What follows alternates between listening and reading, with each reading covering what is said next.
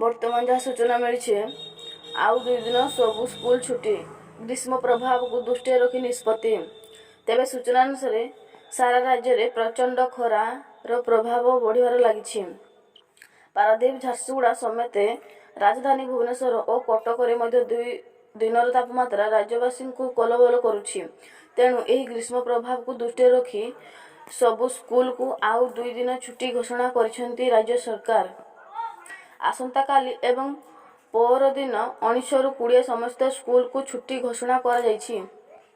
ଏନେଇ ସୂଚନା ଓ ଲୋକସମ୍ପର୍କ ବିଭାଗ ପକ୍ଷରୁ ଟ୍ୱିଟ୍ କରି ସୂଚନା ଦିଆଯାଇଛି। ସୂଚନା ଅନୁସାରେ ପ୍ରଥମ ଶ୍ରେଣୀରୁ ଦ୍ୱାଦଶ ଶ୍ରେଣୀ ପର୍ଯ୍ୟନ୍ତ ସମସ୍ତ ସ୍କୁଲ ଛୁଟି ଅବଧି ଆଉ 2 ଦିନ ବୃଦ୍ଧି ପାଇଛି।